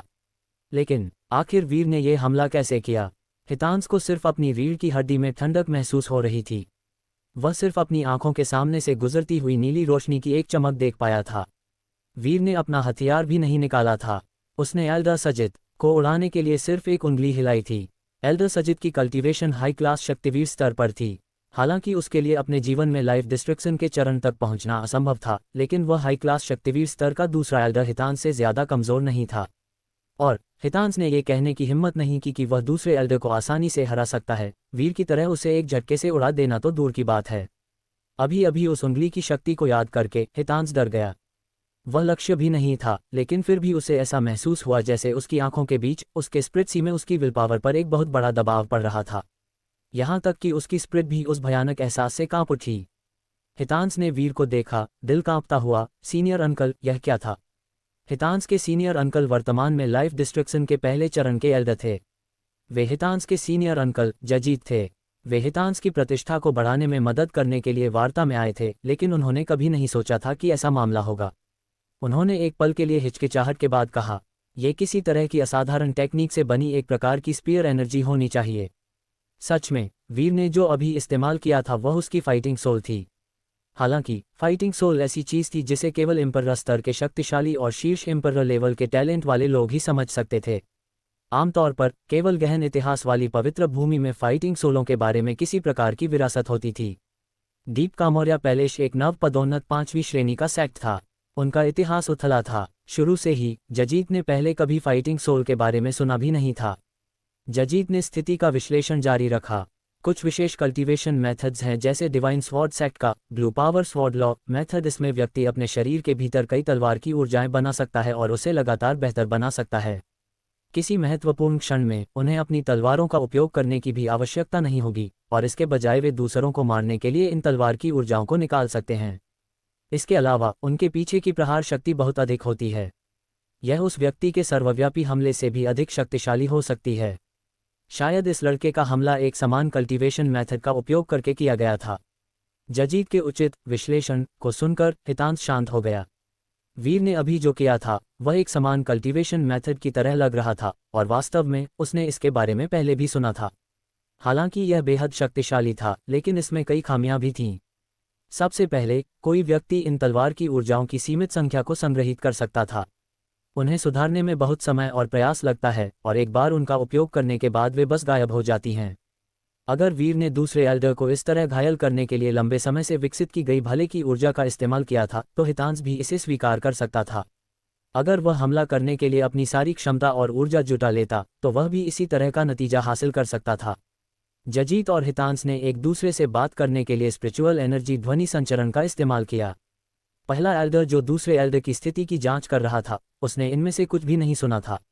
ऐसे हिंसक वीर का सामना करते हुए वह अवाक रह गया। पहला एल्डर आगे नहीं बढ़ सकता था, लेकिन वह पीछे भी नहीं हट सकता था। उसने पहले जो शब्द बोले थे वे बहुत घमंडी और अभिमानी थे। अगर उसने अपना चेहरा यहाँ बर्बाद होने दिया, तो वह दीप कामोरिया पैलेस के जूनियर्स के सामने अपना सिर कैसे ऊंचा रख सकता था। इस समय समाइरा ने हंसते हुए कहा, तुम आगे बढ़ रहे हो या नहीं? अभी तुम्हारी सारी शेखीबाजी का क्या हुआ? समाइरा को लगा कि वीर द्वारा उस एल्डर सजिद को सिर्फ एक उंगली के इशारे से दूर फेंक देना बहुत सामान्य बात थी। उसने इस बात का ध्यान रखा कि वह इस डरे हुए पहले एल्डर का मजाक उड़ाना न भूले। दूसरों द्वारा अपनी कमजोरी का मजाक उड़ाए जाने के बाद पहला एल्डर बेहद नाराज हो गया। उसने समाइरा को घूरते हुए अपने दिल में स्थिति का अंदाजा लगाया। उस उंगली हिलाने वाले लड़के से निपटना निश्चित रूप से ठीक नहीं था। ओह, लेकिन इस हास्यास्पद पीले कपड़े वाली लड़की से निपटने में कोई समस्या नहीं होनी चाहिए। जब तक वह उसके साथ थोड़ा खिलवाड़ कर सकता है, तब तक वह अपना खोया हुआ चेहरा कुछ हद तक वापस पा सकेगा। ये सोचते हुए पहले एल्डर ने ठंडे स्वर में कहा, छोटी लड़की, तुम बहुत आगे निकल गई हो। क्या तुम सच में सोचती हो कि तुम इस दुनिया में बेजोड़ हो? ये बूढ़ा आदमी तुम्हें अपनी जगह पहचानना सिखाएगा। समाइरा ने हंसते हुए कहा, मैंने कभी नहीं कहा कि मैं तुमसे निपटूंगी। मैंने कहा था कि अगर तुम मेरे 3 फीट के दायरे के भीतर आ सको तो तुम जीत जाओगे। ठीक है, कनेश, समाइरा को अपनी ओर परेशान धकेलते हुए सुनकर कनेश ने असहाय होकर अपना सिर हिलाया। लेकिन अब जब चीजें इस बिंदु पर पहुंच गई थीं, तो वह निश्चित रूप से समाइरा को बेवजह पीड़ित होते हुए नहीं देखेगा। पहले एल्डर ने कनेश को देखा और उसका दिल तेजी से धड़कने लगा। वह इस साथी की कल्टीवेशन को नहीं देख पा रहा था, लेकिन उसके अंतर्ज्ञान ने उसे बताया कि वह निश्चित रूप से एक आश्चर्यजनक व्यक्ति था। क्या इन तीनों लोगों ने अपनी कल्टीवेशन को छिपाने के लिए किसी तरह के गुप्त टेक्निक का इस्तेमाल किया था? 755 क्या वे सभी वीर के दोस्त थे? क्या इन तीनों लोगों ने अपनी कल्टीवेशन को छिपाने के लिए किसी तरह के गुप्त टेक्निक का इस्तेमाल किया था? वे वास्तव में कितने शक्तिशाली थे? पहला एल्डर कुछ भी करने में हिचकिचाया, लेकिन इस समय हितांश की स्पिरिचुअल एनर्जी ध्वनि संचरण उसके दिमाग में गूंज उठी। पहले एल्डर, आपको डरने की जरूरत नहीं है। उस लड़के ने अभी अभी एल्डर सजित को हराने के लिए blue power sword law method जैसी किसी गुप्त टेक्निक का इस्तेमाल किया है। उसकी ताकत उतनी अद्भुत नहीं है जितनी आप सोच रहे हैं। Blue power sword law, Hitansh का स्पिरिचुअल एनर्जी ध्वनि संचरण सुनकर पहला एल्डर चौंक गया। डिवाइन स्वॉर्ड सेक्ट उनके कामोरिया रीजन के पास था, इसलिए वह स्वाभाविक रूप से ब्लू पावर स्वॉर्ड लॉ के बारे में जानता था। तो यह इस तरह था। पहले एल्डर ने उदास होकर वीर की ओर देखा, राहत महसूस की। यह एक समान गुप्त टेक्निक रही होगी, अन्यथा वीर की शुरुआती शक्तिवीर स्तर की कल्टीवेशन के साथ उसके लिए एल्डर सजित को उंगली के झटके से उड़ा देना कैसे संभव था? ऐसा सोचते हुए पहले एल्डर को थोड़ा डर लगा, लेकिन अब वह बहुत भयभीत नहीं था। बेशक भले ही वीर ने किसी तरह की चाल चली हो, पहला एल्डर जानता था कि वह अभी भी वीर का मुकाबला नहीं कर सकता। आखिरकार उस भाले की ऊर्जा की ताकत उपयोगकर्ता की ताकत की शक्ति का ही एक रूप थी। उसने इसके बजाय कनेश और समाइरा को निशाना बनाने का फैसला किया। तुम्हारे 3 फीट के भीतर आना। अच्छा, बहुत अच्छा। क्या इस युग के जूनियर हमेशा इतने घमंडी होते हैं? मैं तुम्हारे पास आते ही देखूंगा कि तुम क्या कर सकते हो। पहला एल्डर आत्मविश्वास से पूरी तरह भरा हुआ लग रहा था, लेकिन सच्चाई ये थी कि वह एक गंभीर स्थिति में था। दूसरे एल्डर के उदाहरण से सीखने के बाद उसने निश्चित रूप से अपने डिफेंस में कमी करने की हिम्मत नहीं की। उसने अपने शरीर के भीतर की सारी स्पिरिचुअल एनर्जी को घुमाया और अपनी पीठ से मोटी कृपाण निकाली। फिर वह समाइरा और कनेश की ओर दौड़ा। जैसे ही वह आगे बढ़ा, उसने इस बात पर विशेष ध्यान दिया कि वीर क्या कर रहा था। ये देखकर कि वीर के हाथ उसकी छाती पर बिना प्रतिक्रिया के बंधे हुए थे, पहले एल्डर ने राहत की सांस ली। ये केवल उनके पास जा रहा है, ये बहुत शक्तिशाली नहीं होना चाहिए। जब पहले एल्डर ने ये सोचा, तो उसने अपनी सारी शारीरिक सुरक्षात्मक स्पिरिचुअल एनर्जी को उत्तेजित कर दिया। उसे इस बात पर विश्वास नहीं था कि यह अजीब सफ़ेद कपड़े वाला युवक भी उस उंगली से झटका देने वाले लड़की की तरह एक सन की था। इस तरह से जूनियर को निशाना बनाना और विशेष रूप से मजबूत से बचते हुए कमजोर को धमकाना बेहद घृणित था। यहाँ तक कि हितांश को भी ये देखना मुश्किल लगा। कनेश शांत था और वह अपने हाथों को पीछे से आगे लाया। जैसे ही पहला एल्डर 30 फीट दूर आया था, उसकी आंखों में अचानक एक तेज रोशनी चमक उठी। अगले ही पल उसने अपनी उंगलियों से एक तलवार बनाई और एक भयंकर स्वॉर्ड एनर्जी क्रूरता से बाहर निकलने लगी, जिससे यह ऊर्जा से बनी तलवार इतनी चमकदार हो गई कि उसे देखना मुश्किल लग रहा था।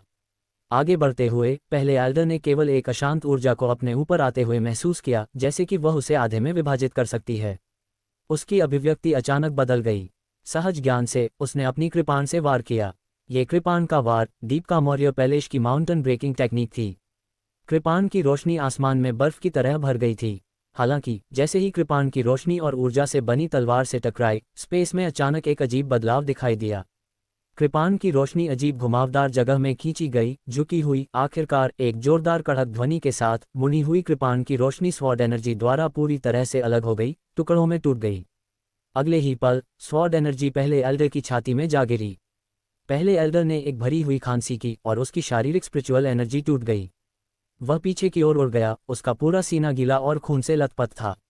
इस दृश्य के बाद एक गहरा सन्नाटा छा गया। वीर भी थोड़ा हैरान था। कनेश वास्तव में एक 2 स्टार फ्यूरा किंग था। यह एक middle class Shaktiveer fighting master के बराबर का स्तर माना जाता था। उसकी कल्टीवेशन पहले एल्डर की तुलना में बहुत खराब नहीं थी, इसलिए वह उसे आसानी से हरा सकता था। वीर को आश्चर्य नहीं हुआ कि कनेश आसानी से जीत गया। इससे ज्यादा उसे जो दिलचस्प लगा वह था कॉन्सेप्ट ऑफ स्पेस, जो कनेश के हमले में समाहित था। स्पेस के कॉन्सेप्ट से संबंधित उसकी समझ और कनेश की समझ दोनों ने पूरी तरह से अलग अलग रास्ते अपनाए थे, लेकिन दोनों ही अतुलनीय रूप से उत्कृष्ट स्किलें थीं। मूल रूप से कनेश को पहले से ही कॉन्सेप्ट ऑफ स्पेस की कुछ समझ थी, लेकिन एक प्राचीन ट्रांसमिशन एरे से गुजरने के जरिए अनुभव प्राप्त करने के बाद उस पहलू में उसकी प्रगति में काफ़ी तेजी आई थी। वीर कनेश के टैलेंट की प्रशंसा किए बिना नहीं रह सका। विपाशा और वेदिका ने भी कनेश को आश्चर्य से देखा। कनेश 20 साल का लग रहा था, लेकिन वास्तव में उसके पास एक अपर क्लास शक्तिवीर मास्टर को आसानी से हराने की ताकत थी, वीर से कम नहीं। बस कनेश पहले से ही ऐसा था और मीवन और समाइरा को देखकर उनमें से कोई भी सामान्य टैलेंट वाला नहीं लग रहा था। क्या वे सभी वीर के दोस्त थे? वेदिका और अन्य कनेश, मीवन और समाइरा की कल्टीवेशन के स्तर का पता नहीं लगा पाए थे, इसलिए उन्होंने उन पर ज्यादा ध्यान नहीं दिया था। लेकिन अब इस बारे में सोचें, क्या ये तीनों लोग 4 दिव्य एम्पायरों से आए थे? ये सिर्फ विपाशा ही नहीं सोच रही थी, बल्कि हितांश और जजीत भी ऐसा ही सोच रहे थे। कनेश, मीवन, समाइरा और वीर, कुल मिलाकर 4 युवा। क्या वे सभी एम्परर स्तर के टैलेंट वाले यंग मास्टर थे? इस साल क्या एम्परर स्तर के टैलेंट वाले यंग मास्टर इस हद तक आम हो गए थे? क्या वे गोभी तरह कभी भी बाजार में देखे जा सकते थे या कुछ और? हितांश की अभिव्यक्ति निराशाजनक थी, मानो उसे बहुत बड़ा झटका लगा हो। उसे शुरू में अपने टैलेंट पर गर्व था, जो उसे एम्परर लेवल के टैलेंट वाला व्यक्ति होने के लिए मुश्किल से ही योग्य बनाता था, लेकिन अब वीर और कनेश का सामना करते हुए उसका सारा अभिमान चकनाचूर हो गया था। चाहे वह वीर हो या कनेश, कोई भी उससे कमजोर नहीं था। दोनों वास्तव में उससे ज्यादा ताकतवर थे। हितांश ने एक मोटी लाल रंग की कृपाण निकाली जो देखने में ऐसी लग रही थी जैसे उसमें आग लगी हो। दीप कामौर्या पैलेस में पुरुषों के लिए कृपाण और महिलाओं के लिए तलवार का इस्तेमाल करना रिवाज था। मैं मानता हूं कि तुम मजबूत हो। बहुत बढ़िया, मैं तुम्हारे साथ अपनी पूरी ताकत से लड़ूंगा। हितांश ने अपनी ट्रेजर की कृपाण को सीधे कनेश की ओर घुमा दिया। उसकी ट्रेजर की कृपाण एक उच्च श्रेणी का अर्थ लेवल ट्रेजर थी, जिसे शुद्ध फायर गोल्ड से बनाया गया था। ये स्काई लेवल का ट्रेजर बनने से बस एक कदम दूर थी। और सबसे महत्वपूर्ण बात, इसमें फायर एट्रीब्यूट की शक्ति वाले कल्टीवेशन मेथड्स को बढ़ावा देने का एक अतिरिक्त क्षमता थी। यह उसके लिए उपयोग करने के लिए सबसे अच्छा हथियार था। हितांश ने बहुत सोच समझकर कनेश को अपना प्रतिद्वंद्वी चुना था। इससे पहले वीर ने केवल हमला करने के लिए अपनी स्पीयर एनर्जी का उपयोग किया था, इसलिए उसकी ताकत की असली गहराई अभी भी अज्ञात थी। उसने इस समय उससे लड़ने का जोखिम उठाने की हिम्मत नहीं की। अगर वह हार गया तो उसके पास जो भी चेहरा बचा था वह भी लज्जित हो जाएगा।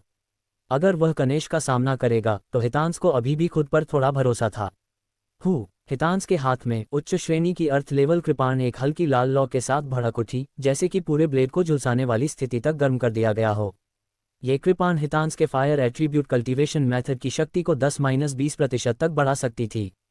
इस हथियार को बनाने के लिए भारी कीमत चुकाने के बाद अब जब यह उसके हाथों में था तो हितांश को लगा कि इससे निकलने वाली जलती हुई लपटें उसे अचानक हिम्मत दे रही हैं। मेरी कृपाण का नाम डार्क रेड फ्लैम है और मेरा नाम हितांश है। हितांश ने अपनी कृपाण सीधे कनेश की ओर तानते हुए यह आधिकारिक चुनौती जारी की। स्वाभाविक रूप से कनेश को इस तरह की चुनौती का डर नहीं था। हितांश जैसा एक फाइटिंग मास्टर स्काईफॉल एरिना की तीसरी मंजिल पर मौजूद भीड़ में से एक के रूप में देखा जा सकता था। उसने हितांश से भिड़ने के लिए अपनी तलवार खींची। हालांकि उसी समय अचानक आंगन के बाहर से कदमों की आवाज सुनाई दी। लगभग 7 या 8 दीप कामौर्या पैलेस के फाइटिंग मास्टर्स अचानक आंगन में घुस आए। उनमें से कई के पास शुरुआती या मिडिल क्लास शक्तिवीर स्तर तक की कल्टीवेशन वाले थे, जबकि उनका नेतृत्व करने वाला एक हाई क्लास शक्तिवीर मास्टर था। दीप कामौर्या पैलेस के भीतर हाई क्लास शक्तिवीर स्तर से नीचे के लोग प्रोटेक्टर थे और हाई क्लास शक्तिवीर स्तर या उससे ऊपर के लोग एल्डर माने जाते थे। ये 7 या 8 फाइटिंग मास्टर हितांश के अपने गार्ड थे। वे फाइटिंग स्किलों और लड़ाई की प्रणालियों को बनाने में कुशल थे। वे हितांश के साथ बातचीत में शामिल होने के लिए आए थे और मूल रूप से स्पिरिट बोर्ड पर इंतजार कर रहे थे। लेकिन जब उन्होंने हॉल की दीवारों को टूटते हुए देखा तो वे सभी हितांश की रक्षा करने के लिए दौड़ पड़े। सफ सफ सफ कई लोगों ने तुरंत अपने हथियार निकाल लिए। कृपाणों और तलवारों की एक बड़ी संख्या ने अचानक वीर और अन्य लोगों को घेर लिया। थोड़ी देर के लिए माहौल तनावपूर्ण हो गया। हथियार खींचे गए और किलिंग इंटेंट उमड़ पड़ा, किसी भी क्षण विस्फोट के लिए तैयार। इस अस्थिर माहौल को देखकर विपाशा की सांस उसके सीने में अटक गई। वीर की ताकत, जो अपनी उंगली के एक झटके से एल्डर सजित को हराने में सक्षम थी, वास्तव में उसकी उम्मीदों से कहीं अधिक थी। लेकिन वीर अकेले पूरे दीप कामौर्या पैलेस का सामना कैसे कर सकता था? हितांश के गार्डों के आने के बाद स्थिति गंभीर रूप से बिगड़ गई थी। एक बार जब वे लड़ाई शुरू कर देते तो परिणाम भयावह होते, और भी अधिक अगर यह हताहतों के साथ समाप्त होता। सुखद परिणाम की कोई संभावना नहीं थी। जैसा कि कहावत है, मजबूत ड्रैगन छोटे सांपों से परेशान नहीं होगा। मौजूदा हालात में न केवल दीप कामौर्या पैलेस उनके शाब्दिक मकान मालिक थे, बल्कि वे ताकत में डिवाइन फीनिक्स आइलैंड से भी कहीं आगे थे। अंतर बहुत बड़ा था। अगर दीप कामौर्या पैलेस ने दावा किया कि उनके अपने डिसाइपलों को चीज़ों का फायदा उठाने के लिए पीटा गया था, तो डिवाइन फीनिक्स आइलैंड वास्तव में बातचीत में नुकसान उठाएगा। ये संभावना थी कि दीप का मौर्य पैलेस बहुत ऊंची कीमत मांगेगा। इस स्थिति में फंसने के कारण विपाशा और वेदिका दोनों घबरा गईं, ये पहले से ही उनके नियंत्रण से बाहर हो चुका था। अगर यह जारी रहा, वेदिका ने वीर को एक स्पिरिचुअल एनर्जी ध्वनि संचार भेजा। दीप का मौर्य पैलेस में 2 पैलेस मास्टर हैं, दोनों लाइफ डिस्ट्रक्शन के दूसरे चरण पर हैं। वे दोनों एक पूरक ऊर्जा वाले दोहरे कल्टीवेशन मेथड का उपयोग करते हैं। यदि वे दोनों एक साथ लड़ाई में शामिल होते हैं तो वे अपनी ताकत को काफ़ी बढ़ा सकते हैं, एक निश्चित सीमा तक के लाइफ डिस्ट्रक्शन के तीसरे चरण वाले फाइटिंग मास्टर के बराबर अतिरिक्त शक्ति प्रदर्शित कर सकते हैं। इतना ही नहीं, बल्कि हमें दीप का मौर्य पैलेस की सुरक्षा की आवश्यकता है। अगर हम इन लोगों से लड़ते हैं तो न केवल जीतना मुश्किल होगा, बल्कि अगर हम जीत भी गए तो भी अंत में हारने वाले हम ही होंगे। विपाशा और वेदिका की चिंता समझ में आती थी। इस स्थिति में अस्मिता भी भावहीन नहीं रह पाए। उसने वीर को उसकी लापरवाही के लिए दोषी नहीं ठहराया। इसके बजाय समर्थन दिखाने के लिए उसने एक आधा कदम पीछे हटते हुए एक मजबूत मुद्रा बनाए रखी। उसी समय उसके बाएं हाथ ने उसके दाहिने हाथ पर स्टोरेज रिंग को छुआ, जो किसी भी समय ब्लू लुवान स्वॉर्ड को बाहर निकालने के लिए तैयार थी। वीर ने कुछ नहीं कहा, लेकिन समाइरा पहले से ही कुछ अराजकता फैलाने के लिए उत्सुक थी। उसने शोर मचाते हुए कहा, क्या आप सभी लड़ाई चाहते हैं? चलो इस शुरू करते हैं। समाइरा ने अपनी तलवार लहराई। मीवन और कनेश ने बिना कुछ कहे अपनी तलवार खींच ली। पवित्र भूमि के वंशजों के रूप में उन्होंने कभी भी इस दीप का मौर्य पैलेस को अपने दिल में नहीं रखा था। यह उल्लेख करने की तो बात ही छोड़िए कि वीर भी यहाँ था। 3 चमकदार और ऊर्जा से भरी हुई तलवारें 7 या 8 आसपास के हथियारों का सामना कर रही थीं। माहौल तनाव से भरा हुआ था, किसी भी समय लड़ाई के रूप में विस्फोट होने वाला था। वीर का इरादा बिल्कुल यही था। उसने चुपचाप अपनी स्टोरेज रिंग से एक लंबा भाला निकाला। दरअसल वीर की ताकत के कारण उसे अपना भाला निकालने की भी जरूरत नहीं थी, लेकिन फिर उसने सोचा कि अवंतिका और अस्मिता भी यहाँ थीं। एक बार लड़ाई शुरू होने पर वे दोनों आसानी से उस लाइफ डिस्ट्रक्शन के पहले चरण वाले फाइटिंग मास्टर द्वारा पकड़े जा सकते थे। ऐसी स्थिति को होने से रोकने के लिए वीर ने अब और पीछे नहीं हटने का फैसला किया। वीर को अपना भाला निकालते देख हितांश जोर से मुस्कुराया। उसे यहाँ लड़ाई का डर नहीं था। आखिरकार यह उनके दीप का मौर्य पैलेस का घरेलू मैदान था। एक बार जब वे लड़े तो आखिरी हंसी निश्चित रूप से उनकी ही होगी। वे भी कमजोर स्थिति में नहीं थे। जजीत के साथ साथ 8 शक्तिवीर स्तर के गार्ड भी थे जो उनकी ताकत को बढ़ाने के लिए एक एरे फॉर्मेशन बना सकते थे। जब तक वह दृढ़ रहा, दीप का मौर्य पैलेस से लगातार समर्थन मिलता रहेगा। फिर अगर स्थिति और भी नियंत्रण से बाहर हो गई तो उसके पिता और माँ भी आ जाएंगे। उस समय भले ही वीर महान शक्ति वाला कोई अलौकिक व्यक्ति होता, फिर भी उसे पकड़ लिया जाता। ये सोचकर हितांश जल्द ही शांत हो गया। इससे पहले वह थोड़ा घबरा गया था, क्योंकि वीर और कनेश की ताकत उसकी उम्मीदों से कहीं ज्यादा थी, जिसने उसे चौंका दिया था। हितांश ने व्यंग्य किया और कहा, सच में तुम्हें पता नहीं है कि मौत या खतरे का क्या मतलब है। चूंकि तुमने मेरे दीप का मौर्य पैलेस में इतनी बेशर्मी से काम करने की हिम्मत की है, इसलिए अब यह मायने नहीं रखता कि तुम्हारा बैकग्राउंड कितना महान है। तुमने मेरे दीप का मौर्य पैलेस के मीटिंग हॉल में घुसने, बातचीत को बाधित करने, मेरे दीप का मौर्य पैलेस को भड़काने की हिम्मत की है। फिर भले ही मैं तुम्हें सजा दूं, तुम्हें बर्बाद कर दूं या तुम्हें मार दूं, ये सब तर्क के दायरे में है। तुम्हारा सेटअप कुछ नहीं कह सकता। सभी मेरी आज्ञा का पालन करो। इन चोरों को पकड़ो।